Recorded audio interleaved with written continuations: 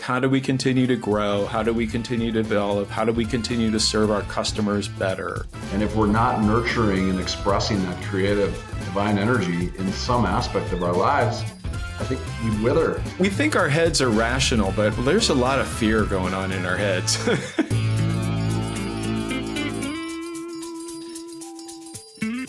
Today, we are lucky enough to have Michael McAllister on. Michael, you founded the CE Shop in 2005. You had a PE exit of sorts in 2020, a recap. You're kind of figuring out what's next. So the CE Shop lives under, it's career certified right now. It's a whole family of these kind of, we'll get into what the CE Shop is and how this all family of solutions fits together. But welcome. Thank you. Thanks for being on. Yeah. So I always like to start with, there are a lot of crazy things to do in the world. Why did you decide to be an entrepreneur? Ooh, I don't know if you actually decide. I think for me, it was definitely like in my veins. I think there were some internal influences and some external influences. My mom raised three of us as a single parent, selling real estate. And interestingly enough, that's what my business turned into, as a real estate education business. But, a career in real estate really is incredibly entrepreneurial. Yeah. I used to tell the team that it's really one of the last entrepreneurial opportunities out there that really has very few barriers to entry. You don't need a lot of capital. So anyway, I watched my mom do that. She was definitely not the corporate type. But then at a young age, out of necessity or whatever it was that drove me, I was mowing lawns and shoveling sidewalks and, doing all those things to make a little bit of money here and there. So I early was ingrained with this idea of having the world is your oyster. Whatever you want to create, you can create. But I also knew that I didn't know enough to just go jump in and do that. I had some kind of funny, early career jobs and opportunities that taught me a lot. But it was really after 10 years of being out of school and working that I was never a good employee, Jeff. I was never a good foot soldier. Yeah. So what's the most unusual early job you had? Well, I did the classic, wait tables, but my first real W-2 job was working for Dictaphone Corporation. Oh, wow. Yeah. So this is 1996-ish, something like that, 97. Yeah. And going door to door, selling dictation equipment to doctors and attorneys. So were these the big ones with the separate thing, or was it a small recorder at that point? Well, they moved to the small voice recorders. And so I'm selling a $700 little voice recorder that you can go buy at Best Buy for $70. It's an app on your phone now. Come on. Exactly. But we sold these funky systems that were each attorney had a phone at his or her desk, and it would record into this central digital recording. Digital recording was new. And then, a bank, basically transcriptionist could be anywhere and pull the dictation back off and transcribe. Wow. So it's like a mainframe of dictation. It really was. Really was. We also had, wireless wasn't the thing. So you actually had to work through all the wiring in these law firms. It was a lot, but I'll never forget that feeling of walking into an office building and sizing up the directory just really fast before the security guard would come ask questions about, what are you doing here? Who are you seeing? And so you're cold calling these folks. Oh yeah.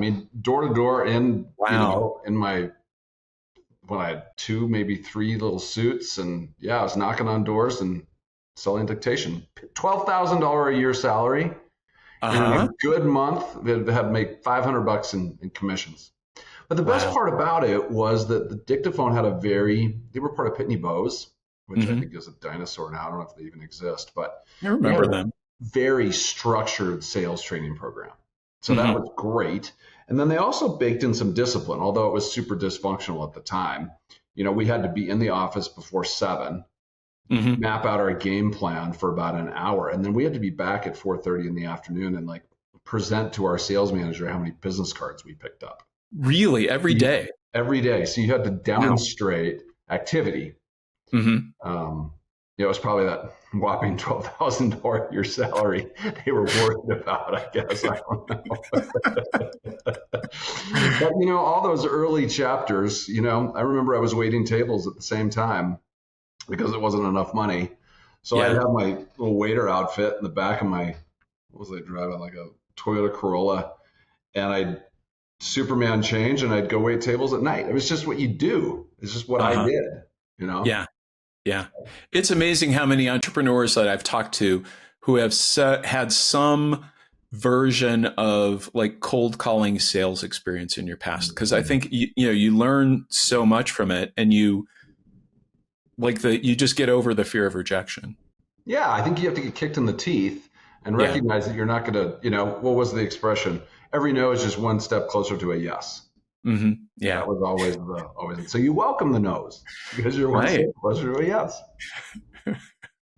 Yeah. Okay. So then what do you do after that point? Well, I actually I was always intrigued with the entrepreneurial journey, and technology was really emerging. This was really the birth of the internet, 94, 95. Yeah. And I found some entrepreneurs that were doing a roll-up of internet service providers. The CEO running the company had actually sold a company here in Denver by the name of Rocky Mountain Internet. They were kind of the first internet service provider, mostly dial-up, DSL, if anybody remembers that technology, and they had some T1 stuff. Well, Roy had just he took Rocky Mountain Internet public. Mm-hmm. And there was another company growing across the country by the name of Verio. Verio was making acquisitions across the country. Well, there was only one other big player in Colorado, and that was Colorado SuperNet, which Quest purchased as their ISP. So Quest was the original Mountain. It was Mountain Bell. It was like the local phone company. So there was no one for Verio to buy. So they recruited Roy to basically start a sales organization to go put Verio on the map. Mm-hmm. And so I found this group. I don't even remember how I found them, but I was relentless. I knew that there were 3 entrepreneurs running it. It was a lean, mean team. And I did everything that I could to get this job. I mean, I was on my A game. I did all my research on them. And then I remember I delivered like a box, like this care package after my interview that I forget what I put in it, but it was like this demonstration of, I went over the top to get this job. Yeah, sounds that way. I got this job with the title of inside sales manager, which was basically lead cold caller, basically lead appointment setter. And you knew how to do that. Yeah, I was good at it. Yeah. So I ended up working with that group, and then that spun out. We started the same group started a company called ViaWest Internet Services, and then I started managing a team of salespeople. And then I met my husband in 2001. Okay. And I moved from Denver to North Dakota, where he was living in 2002.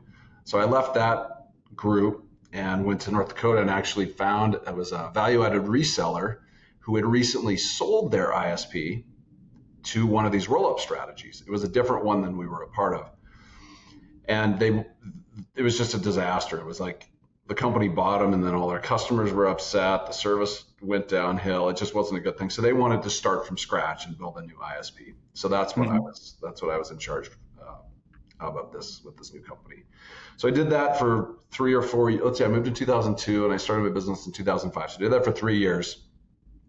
Great experience, basically another startup just under the umbrella of someone else.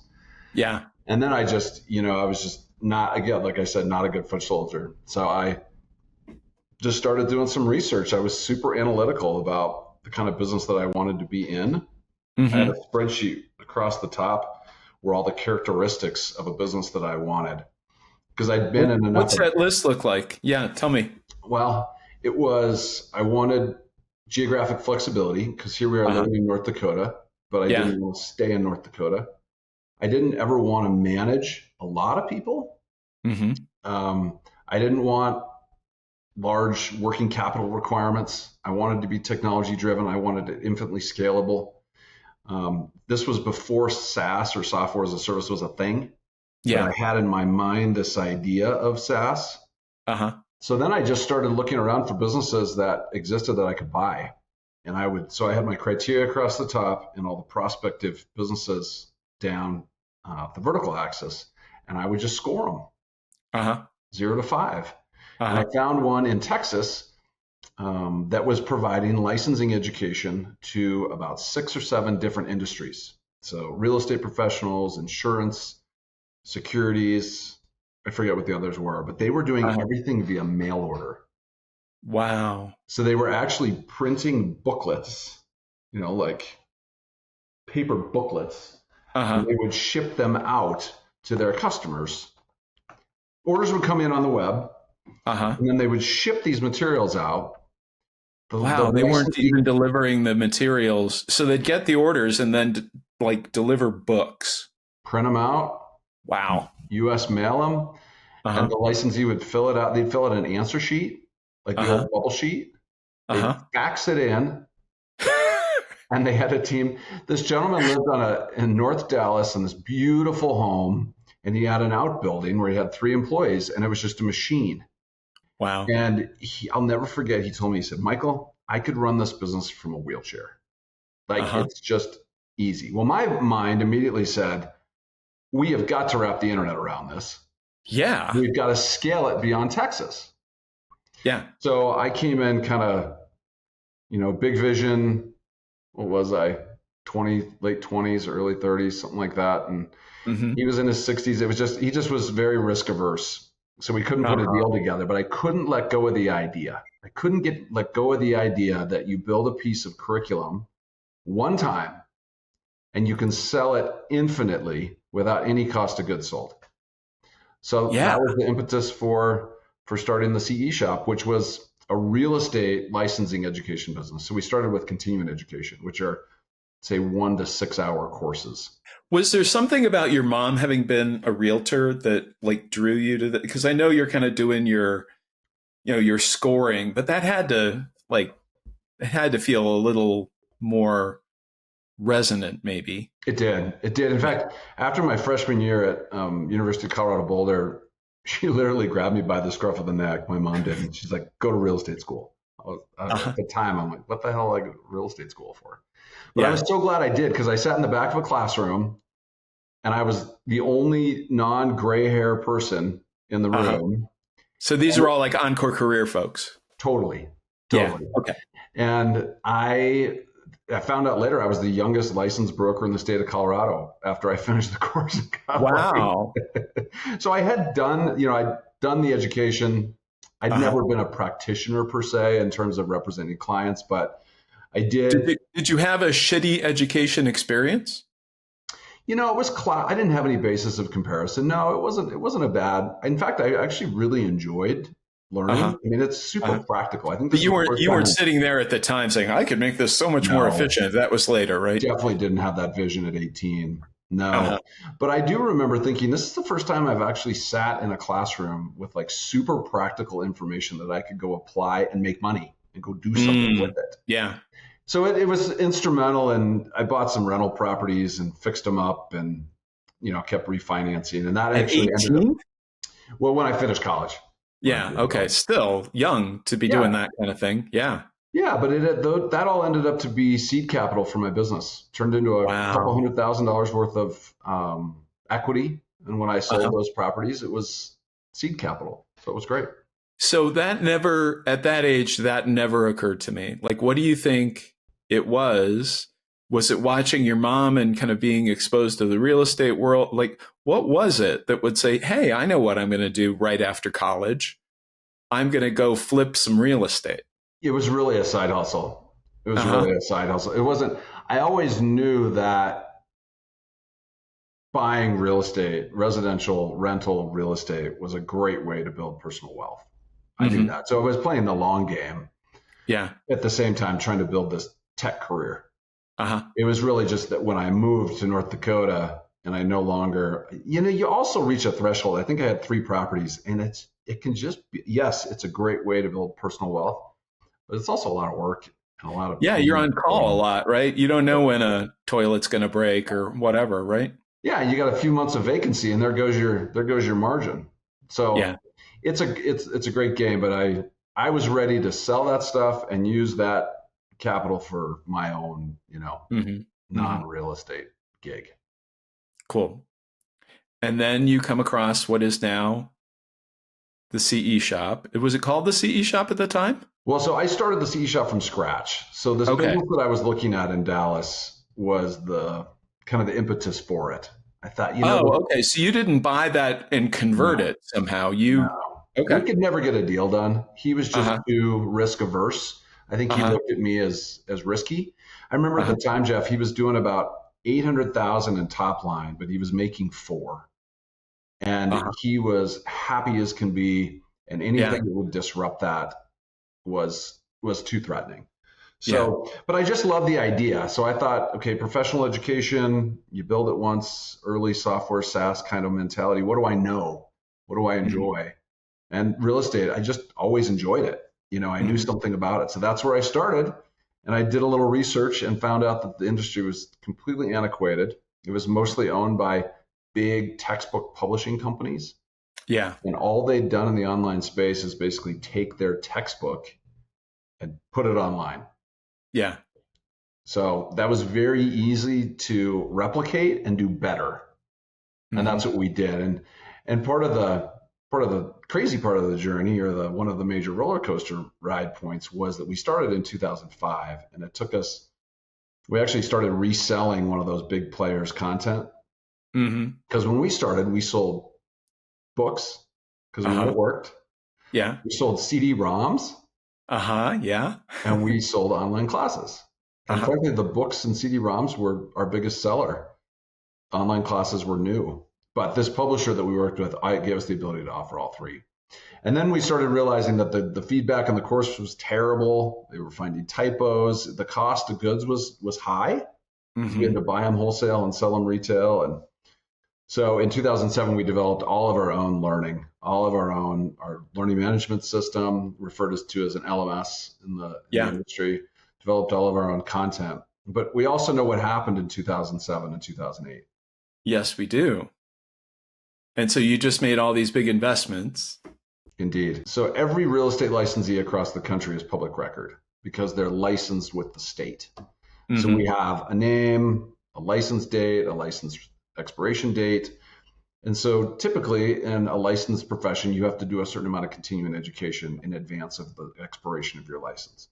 Yeah. So we were buying mailing lists. And I'll never forget, our first state was Michigan. Michigan had 70,000 licensees in the state. And I remember Wow. thinking, oh my God, this is great. And they were, so I incorporated in September. They didn't renew until the following October. Mhm. Well, I didn't know enough about the market. So I'm getting all my coursework ready, the website's ready, get my direct mail going because I've got this coveted list of all the licensees that are coming due. And I start marketing to them in January. Uh-huh. The phone's not ringing, the website's not dinging, like something's Yeah. not working here. Well, I didn't realize, this was classic first time entrepreneur where you don't study your market very well. Nobody does their continuing education until like 60 or even 30 days before their renewal date. Mhm. But I was seeding the market. I mean, I was spending all this money and time, and bam, 60 days before, all of a sudden, the phone Wow. started ringing, the website started dinging, and we started getting orders. But I got off track there. Our go-to-market strategy was direct mail. Mhm. But in 2007 and 2008, with the great financial crisis, many people dropped out of the real estate industry because just nothing was happening. Mhm. So I was then getting license lists of licensees that had every state's a little bit different. Like I remember Georgia was every 4 years. Mhm. Florida, I think, is every year. And so, depending on the state, the list is either 1 or 4 years old. So here I am Mhm. marketing people in 2008. They've dropped out of the industry, but I show that their license is coming due. Yeah. So we Yeah. basically saw our return on our direct mail dollars start to just plummet. Right. We're thinking, Right. holy crap, what are we going to do to fix this? Because this is our machine. This is the machine that we're building. And granted, there was nothing solid about this machine yet. I mean, it was Mhm. still experimentation, but it was the only way we knew how to go to market. Mhm. So I thought, how am I going to fix this? And what I realized is that there were other folks out there that would actually know who survived the crisis, who was still in the business, who was wanting to renew their license. So I hit the road for about 3.5 weeks in the region we were in, Michigan, Indiana, Ohio, kind of that region. And I went and I started cold calling realtor associations and large real estate brokers. Oh, because wow. in the real estate world, if you belong to a realtor association, you have to pay your dues every year. Well, if you're paying your dues, you're probably keeping your license. Yeah. And they have a more direct conduit to their members, as does the broker that they're affiliated with. And that was the birth of our affiliate and partner channel, which now has over 4,000 members in it, 4,000 partners. Wow.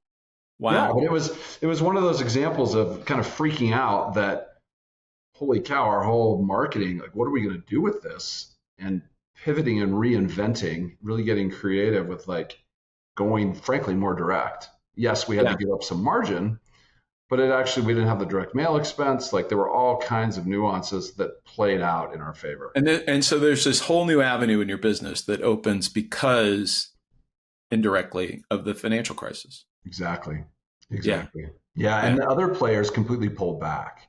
So any competition that we had just pulled in and got super fearful and, big company, we're just going to put that on ice for now. Right. And were these more traditional competitors? So the people who were still selling the books and everything? Big folks like Kaplan and Cengage Learning. Oh, yeah, sure. Really big ones. And they had a lot of other businesses that they could go chase and focus on during that period of time. So I kind of snuck up on them because during that period of time, I had nothing to lose. Yeah. I had nothing to lose. It was still just up. All we could do was continue to grow.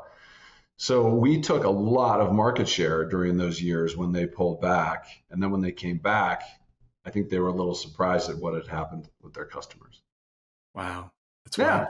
Yeah. Fun. At the time it was scary. And yeah. How much sleep were you losing at the time? And how, do you remember, the moment where you thought, hey, I know, I'll do this. And did you think it would work, or did you think it was risky? Like, what was your thought process at the time as you were trying to figure out how to navigate this crisis? Well, I will never forget my first customer. Her name was Annette Schmiel, and she was the education director at the Cincinnati, Ohio Board of Realtors.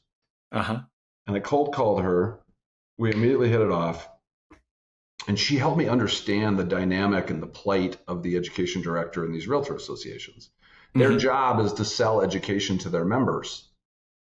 But they don't have the resources to put an online offering in place. They don't have the staff or the knowledge or the budget or anything to do this big technology and curriculum lift. So basically what I learned was, I've got a whole massive group of people. There were 1,500 realtor associations at the time in the country. Wow. That had a mandate to sell education. And there was a movement from classroom to virtual, but they didn't have the capacity to do it. So after we got some momentum, it was actually, I sort of became like the knight in shining armor. Their best friend, Yeah, I could come in and say, we're going to put this together for you. We're going to co-brand it. So it's going to make you look innovative and progressive. Again, continue to demonstrate your value to your membership. And we're going to pay you on every transaction that you sent. It's basically mailbox money. It was non-dues revenue. So it was an exciting time. I mean, there was just that little bit of concern, but it was when I was in my little ecosystem that I was concerned. But when I picked my head up and I went out and talked to customers and figured out, what it was that they needed, not what I needed, but I could marry them together. Yeah. I mean, that's beautiful advice for any entrepreneur, right? To be focused on your customer. And I love what you said there about, when I focused on my problem, I thought I was in crisis. And then when I picked my head up and looked, I was like, oh, wait, an opportunity it's to not just this. I can do this bigger thing, right? Yes. And I had some experience with multiple sales channel strategies in my career. So this was kind of I don't know that I would have cooked this up unless I had to, though. We probably would have eventually gotten to it, but it was out of that crisis point, that, decline in return, decline in response rate, that triggered innovation. So I think that, from a lesson perspective, I think those are difficult lessons, and they don't always have a happy ending story like mine does.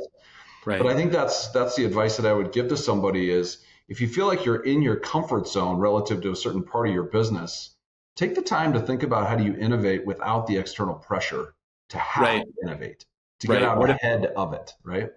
Yeah. Yeah, it's like you think of the iPhone, and Steve Jobs chose to cannibalize the iPod, which was his best business at the time. But he knew if he didn't do it, someone else was going to do it. There you go. That's an awesome example. Yeah.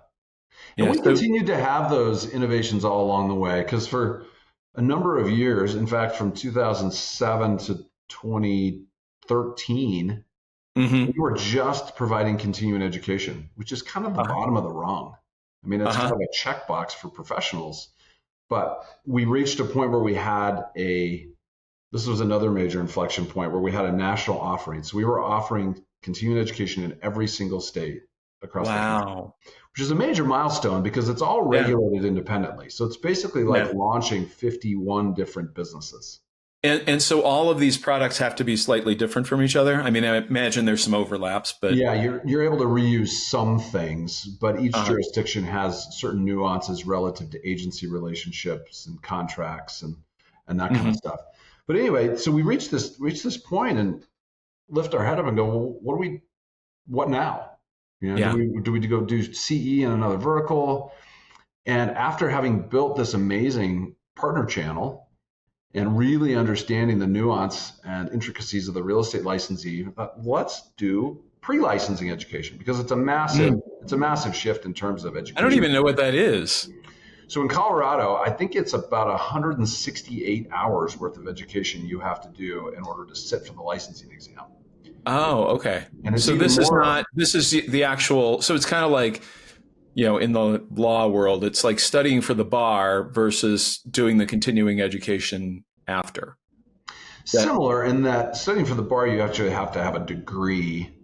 Yeah, not everywhere. In California, you don't. Okay, good to know. And in real estate, there wasn't a jurisdiction out there that required a college degree. So you could just go in and get this pre-license. Yeah, basically you're helping people study for their license. Well, they actually have required curriculum. So every jurisdiction puts out a syllabus of all the things that have to be covered, and you have to get your education through an approved provider. So every state we went into, we had to be approved as a school. We had to have our instructors approved, because you have to have instructors behind the e-learning. You have to have your curriculum submitted and approved. I mean, it's a process, a major process. But we thought, heck, we've got relationships with all these regulators across the country in the real estate space. Why not just take them more of the education? So I think we started in Michigan again. Actually, we started in New York, because New York was a huge market for us. But we developed online pre-licensing education. So Michigan was only 40 hours. Colorado was 168. I think Texas was the most onerous at 270, something like that. Wow. Well, it was a big deal. And we didn't want to do what everybody else had done. Again, the big players who own the space either provided textbooks in the classroom, because classroom education was still really, really big for pre-licensing, because a lot of people don't want to sit online for that many hours. And they were doing it terribly. So I grabbed 3 of my best and brightest people. And I said, let's figure out how adults learn. Like, how do adults learn online? Because we know this isn't working. At the time, there was a 50% pass rate for licensing exams in the real estate industry. Wow. Because people weren't learning. Yes, they were going through the course, they were checking the box, they were eligible to sit for the exam, but they didn't know very much. I'll put it nicely. So we basically reinvented e-learning for adults. We really took some online gaming theory. We grabbed from a bunch of different things, and we built a whole new learning management system. we completely turned the bloody red ocean into the blue ocean for us. Yeah. Yeah. And that was, again, we could go back to these players and say, yes, you've been offering this curriculum provider's product, but look at the results. Try ours. And now we by far own the online pre-licensing market.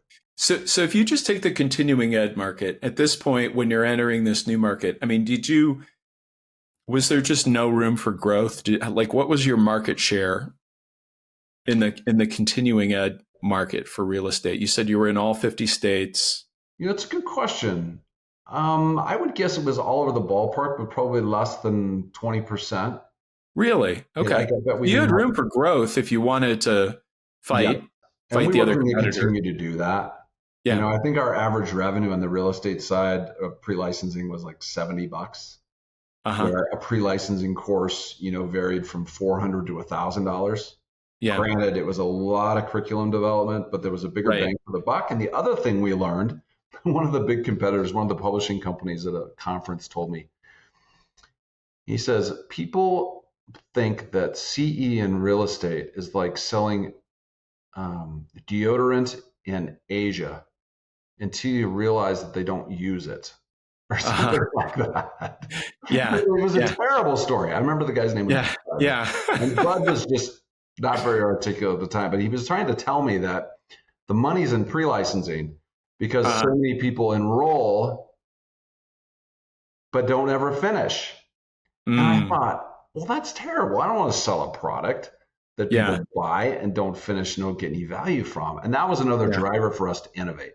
So we were laser focused on, yes, enrollments, but we managed our students through the completion process. We wanted them to complete. We wanted them to pass the exam so that we could have various data points, not only just from happy students who were successful with their exam, but from regulators who manage this, who monitor this stuff. They keep track of schools and their success rate of their students. So what do you think it was? I mean, what I'm noticing is this through line of like, how do we continue to grow? How do we continue to develop? How do we continue to serve our customers better? You had a good, profitable business. Mm-hmm. You could have just stopped and said, hey, we got a great, profitable business. What do you think drove you to keep going, to keep challenging yourself? Yeah, that's a really, really good question. So we did have suitors along the way. Mm-hmm. I remember our biggest competitor tried to buy us in 2010. This is when they woke up and they thought, who are these folks? Came along and grabbed market share and took some of our biggest customers. And so that was kind of fun. But it wasn't, I didn't start a business to sell it for $10 million. That wasn't my goal. I really wanted to do something game changing. I wanted to continue to innovate in our industry. I wanted to create more value for my team and for our customers. So it was probably, if I'm 100% honest with you, it wasn't this altruistic, like serve the market thing. A lot of it was like an inner drive that I had that told myself enough was never enough. Like that was one of the stories that. So where do you think, where do you think that came from? Because like what you just said, grow a business and sell it for $10 million. Like that would be an amazing dream for the vast majority of people in this country. Right. And you're like, it wasn't even necessarily I knew we just had more runway. Mm-hmm. But to answer your question, where did that come from? I know exactly where it came from. And that is that I grew up in a family that we had a lack energy, a lack mentality in our family. I mean, my grandfather, so my father left when I was 5. So we really didn't have any relationship with his side of the family.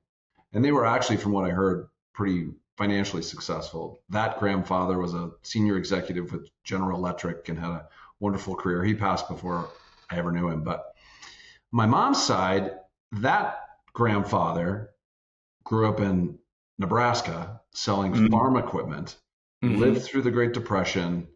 There was just a scarcity mentality. He was always fearful. And I know that he passed that along to my mom. And God bless her, she did the best she could, but she was a single mom, and there was some legitimacy to her to her fear in raising Yeah. 3 kids and trying to do it herself. And so doing that as a real estate agent, I mean, you're a realtor. I mean, you go through some ups and downs. I mean, the ups are great. Yep. Well, I Yeah. remember when my dad first left, my mom went and worked in retail.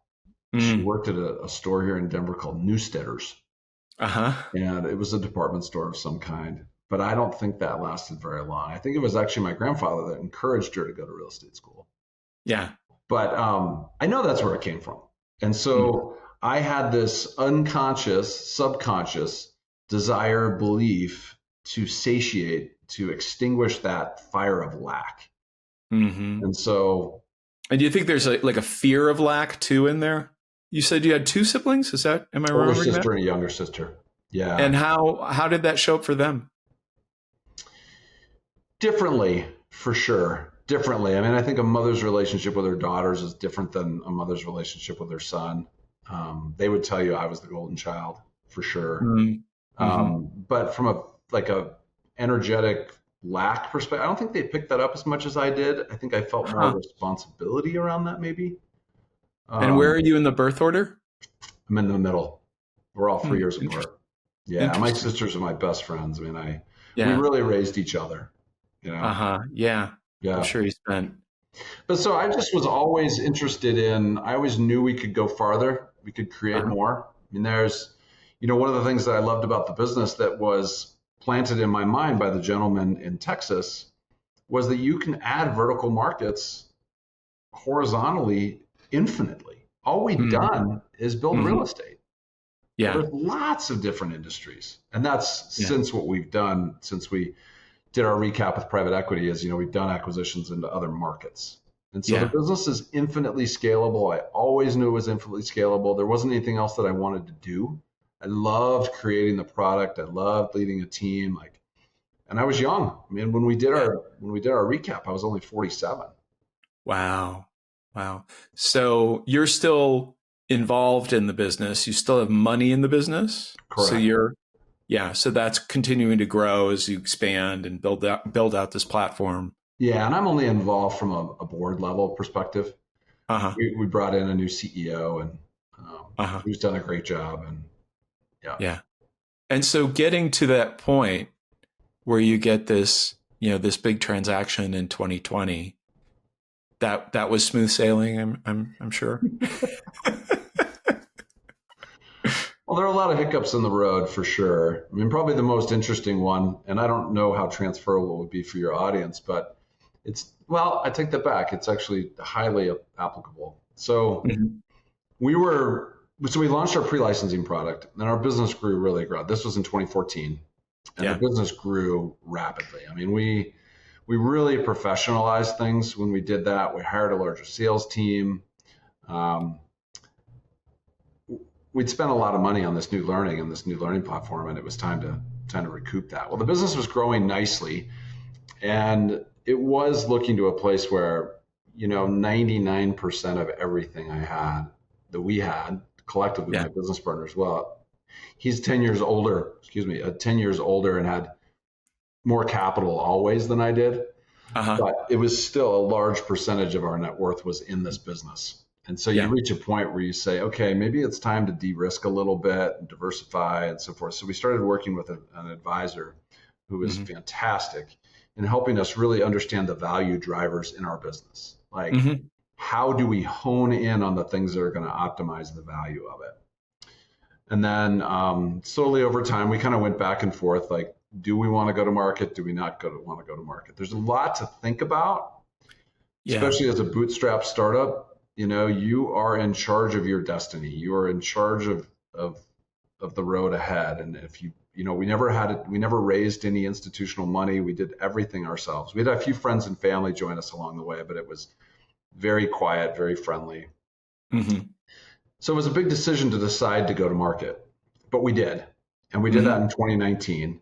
And we were definitely the belle of the ball. I mean, our business had really strong top line revenue, high EBITDA margins. It was really sexy.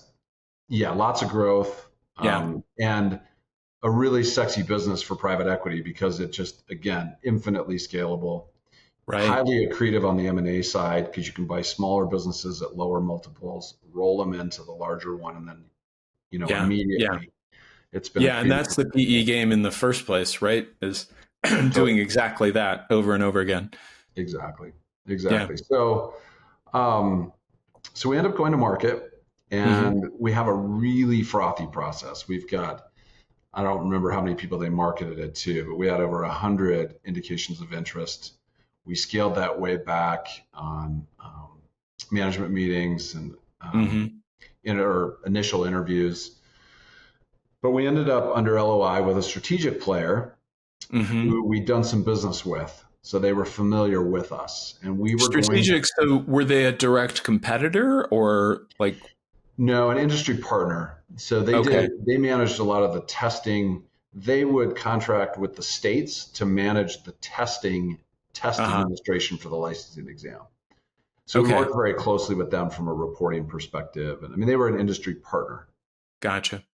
But they wanted to build an education arm. So we were essentially going to be leg number 3 of a previous 2-legged program or enterprise. Well, one of the things I committed to our team, Jeff, was that when we did this deal, because we were transparent with our management team, because we didn't want them to be surprised. We wanted them to know what we were doing and to be very open. We always were open book. We always shared our finances.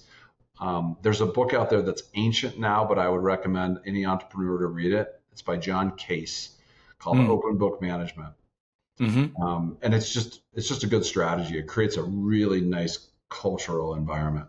Anyway, so we told them, we want to make sure that any deal we do, you guys get a nice piece of equity for the next chapter. There were a few other little things that we wanted. I mean, we wanted the ability to maintain our brand. We wanted, autonomy. But this deal, that they came in really strong and really hot from a valuation perspective. So we started walking it down the path. Yeah.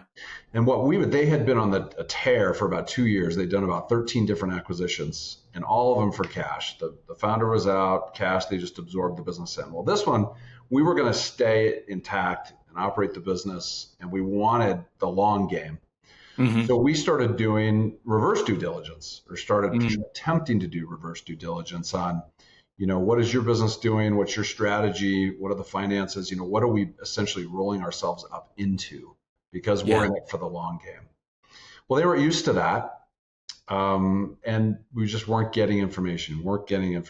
And so finally, at one point, we're about 4 or 5 weeks away from closing.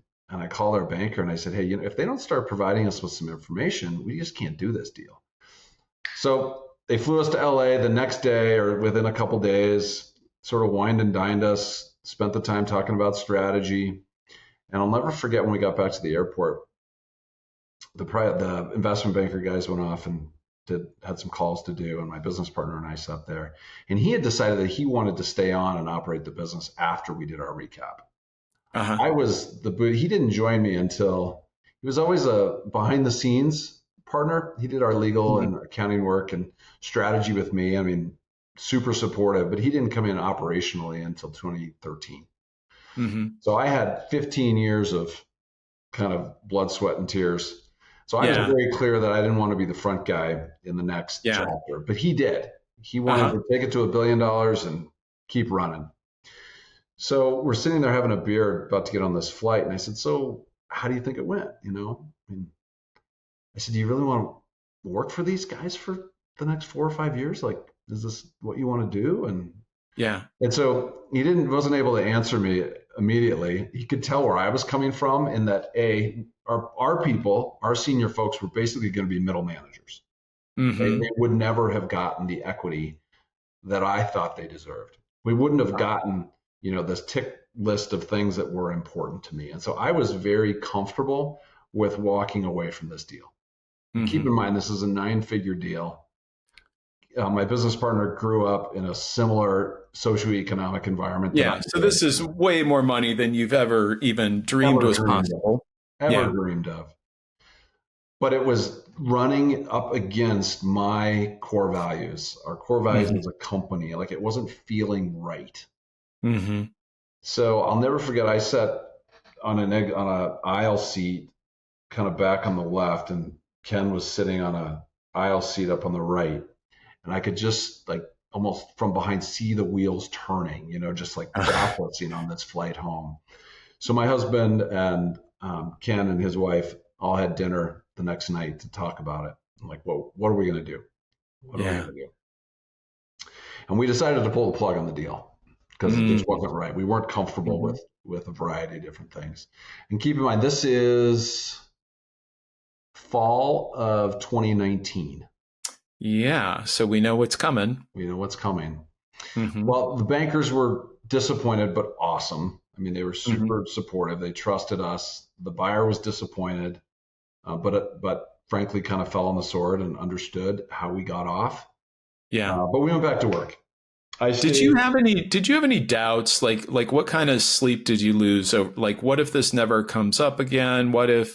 Did you have any of that? Or was it was just like really, like what part of your body was leading that decision? Because that seems like a very kind of heart or gut based decision, not a head. It absolutely was. I mean, my head was take the money and run. Yeah. The fear part of it, take the money. Yeah. And run. We think our heads are rational, but there's a lot of fear going on in our heads. A lot. Very instinctual. I mean, it's how we're wired, right? We need to tune into our heart and our gut to get the full story. And the full story was definitely like, this isn't right. You've got a great business. You don't have to sell. Like, you got this. Yeah. And we got on board with that. And so I officially kind of took this backseat role. I was chief strategy officer. And we're plowing along. We just put our heads down, go back to work. And end of 19 comes. We have another great year. January, February, March, boom, COVID hits. Yeah. All of a sudden, our business just takes off because all classroom education shut down. Yeah. There was this whole kind of renaissance around real estate and the opportunity that was coming with real estate. People were very mobile, wanting to move around. Our business went bananas, and my inbox started filling up with investment bankers and private equity firms and all these people recognizing the opportunity, wanting to get in on it. So I went back to our banker and said, we need, the stars have aligned. We do need to de-risk. This was also at the time that they had announced Joe Biden's nomination. And everyone was concerned about capital gains and how much more would we have to grow this business in order to net the same amount. So basically what we did is we said, let's do it. Let's go back to market again, but this time we're going to set our price. And we're going to farm it out to people that have the cash to do it and the capacity to close before the end of the year. Because that was our deadline, the end of 2020. Right. So you're going from being the belle of the ball to like the belle of the bell of the ball. Exactly. Well, there were a lot of disappointed suitors, right? I mean, we were in the LOI with one. Yeah. But there were a lot of people who were like, oh, darn, we missed that one.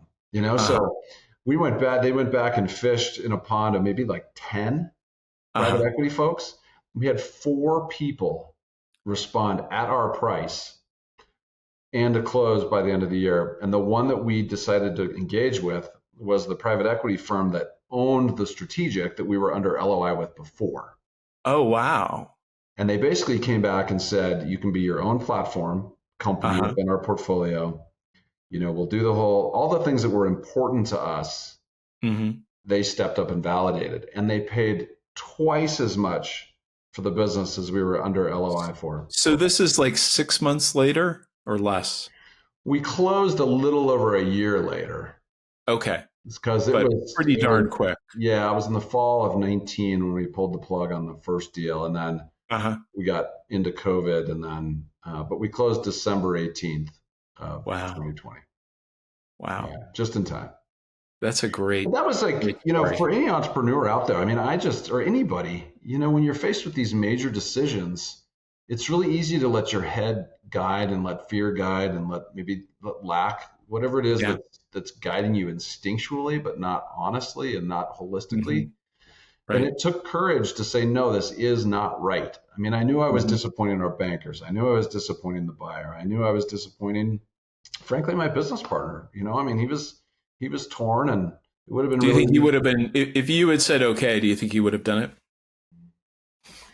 I can't say that. I can't say really either way. I mean, we've Uh-huh. always had a very collaborative, respectful partnership. I think he valued my viewpoint, and then he also has his wife has a lot of influence on his decision making too, and I think we were in alignment. But no, Yeah. I mean, who knows, right? I mean, I don't Right. chalk this up to being some wizard, some super No, smart I know, guy but that it sees also the future. feels like it could have pretty easily gone the other way, and you could have sold that time, you know? Yeah, yeah, Yeah. yeah. I mean, Yeah. we were. Yeah, I mean, it really could have gone either way. Uh-huh. And I can't imagine there would have been a lot of, oh, because we still would have rolled our equity into it. Yeah. We would have seen. And I'd like to think that we capitalized on that opportunity better than the people that we were going to sell to would have. Yeah. But who knows, Yeah. right? So I mean, you and I have talked about this a little bit separately about what a good experience you had, and I think continue to have with your private equity partner. Correct. Not everybody has that experience. Like what, for anyone who's watching this, who's thinking about private equity or maybe thinking about a second bite, um, what advice do you have for people who are trying to create a really effective private equity partnership? Great question, Jeff. When we had the myriad of suitors, I mean, we must have had 15 management meeting dinners over the course of this thing, and I don't like to ever attach a stereotype to anybody, but we had a lot of Wall Street, New York firms, and honestly, Mm-hmm. they just kind of blended together. Like I couldn't Uh-huh. remember one from the other. It was very much Mm-hmm. like Ivy League folks that had never operated a business and just Right. felt very disconnected. And the difference with this group is, A, they're based in Chicago. Mm-hmm. We were sort of upper Midwestern connection there. It was much more down to earth. They had experience Uh, in our space. They also had, they owned the company that we were under LOI with before, and they yeah. got really good feedback from them. Uh, Um, so I would say do your due diligence the best you can. I do, mean, do, how many, so you knew obviously one of their clients. How important is it to talk with existing clients and just, see what it's like? I think it's Can you own, important, or but can you? I think they would to some degree. So much of the process, though, I mean, we had an amazing investment banker that I really, really liked. I mean, they were very much about people and culture and like wanted to do the best thing for the entrepreneur. But Mm, ultimately, when you get into this circle, it really becomes a lot about the numbers. yeah.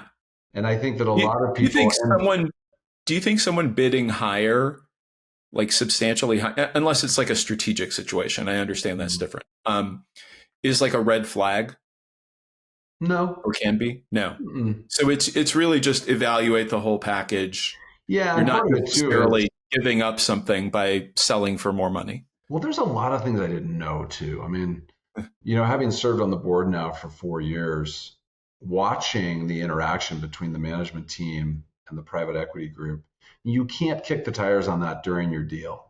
Right. There's a certain amount of faith and trust and gut you have to run with. Hmm. And I don't know that, in these situations, typically don't get to choose A, B, or C. It's like there's a winner, and then Right. assuming nothing goes wrong, the deal gets done. It's not that I say, okay, I'm going to look at you, you, and you, and put Yeah. you on my whiteboard and evaluate you, and then pick one. That's just not how the process works. There's Uh-huh. Yeah. one suitor that you go under LOI with exclusively for a period of time. And so I think for most people, and this would be true for us, you do that and then you move forward in good faith, believing that they are a good partner, they're ethical, they're, all those things. And I also think that for a lot of entrepreneurs, there's a little bit of disillusionment about what's going to happen. Mm, We're used to working for ourselves. I mean, it's our baby, we started it or we've been running it. And they don't understand that now they work for somebody Yeah. It's just that there's a new sheriff in town. And Right. I struggled with that a little bit because the business was being run a little bit differently than I would have or my business partner would have. Mm-hmm. But it's a trade-off. And you have to actually recognize that there's lots of ways to the same end. Mm-hmm. And as long as the end game isn't just increasing value, then I think you're okay. If it's just increasing value and nothing around people and culture and all that kind of stuff, customer satisfaction, all the things that are primary drivers of a successful business, then you're in trouble. And I know that, sometimes people sell a story that doesn't necessarily come true later. Things change after something closes. And I'll say, I can't say that I was, we picked the right group, right? Mm-hmm. I mean, there's a lot of luck. There's a lot of good fortune. And I think I've been very vocal about the things that I think are important, and they've honored me as the founder on the board for that. That's why I'm there, as that kind of stabilizing compass. That's got to feel really good.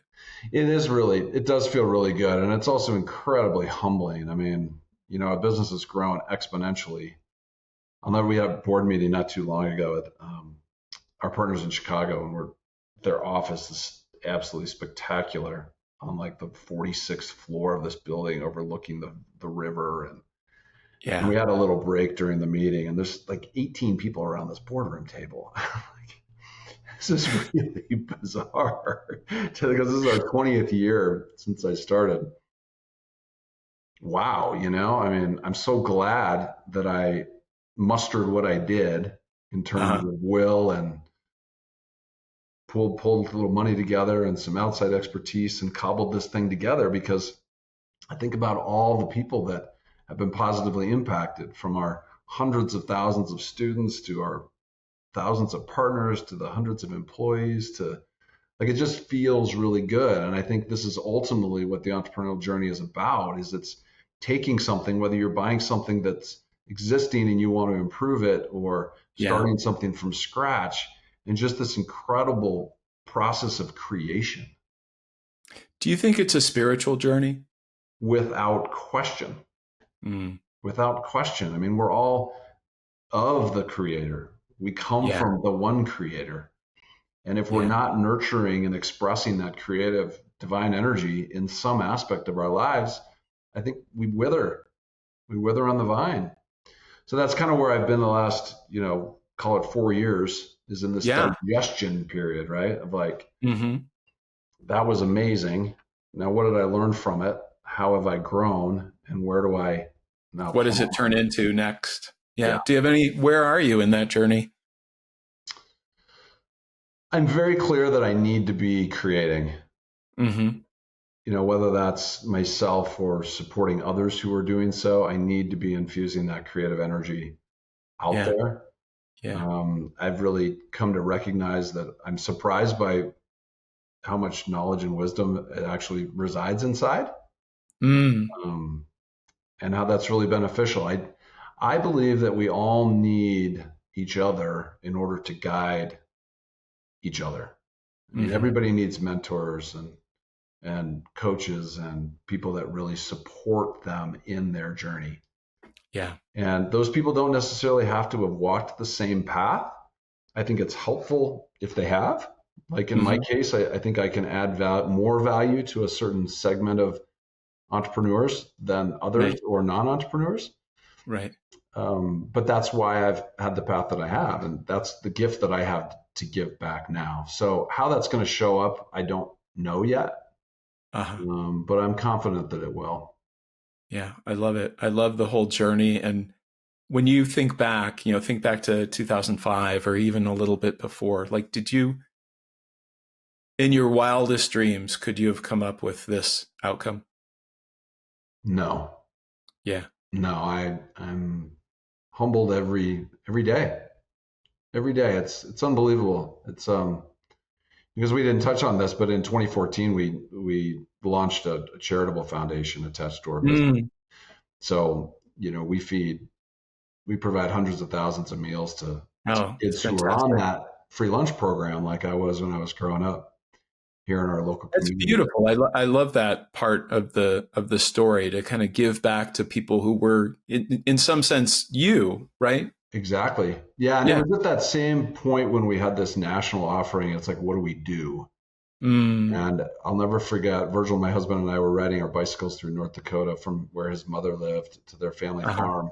And we were talking about, to whom much is given, much is expected. And Yeah. how we really reached this place of leadership within our industry. And so we need Uh-huh. something to give back. And that's when we started Yeah. that. And I would Yeah. encourage anybody out there with a business, with an economic engine, it's Uh-huh. really easy to create a charitable component of that. And at that point, we had 5 core values in the company. We added a 6th, which was we give back. And this wasn't like a casual thing, right? I mean, you don't just add and subtract core values to your business very often, but it was, we're now leading, we need to give back. We want to give back. Yeah. And so there was Yeah. lots of parts to that. But yeah, it's super, that's kind of a legacy that lives on. I still lead that charitable entity, and the business still supports it. And I think it's really, really important that we leverage these economic engines for a greater good, ideally with your product. And then secondarily, if you can do that for those that are less fortunate or unable to do it for themselves, even better. That's fantastic. I look forward to hearing about whatever the next chapter is, Michael. I love having the conversation with you. Thank you. I know that our audience got huge value from this, and I Thank you. just want to thank you. Any last words of wisdom that you want to leave people with, or should we call it? I imagine it's a varied audience here, but I would just say that all of us have unique gifts. Yeah. And I think the journey in this life is to excavate those and exploit those for our own growth and our own evolution. And as we do that, the trickle out effect is just phenomenal. So Awesome. yeah, no, thank you, Jeff. It was just a real pleasure. Yeah. Thank you.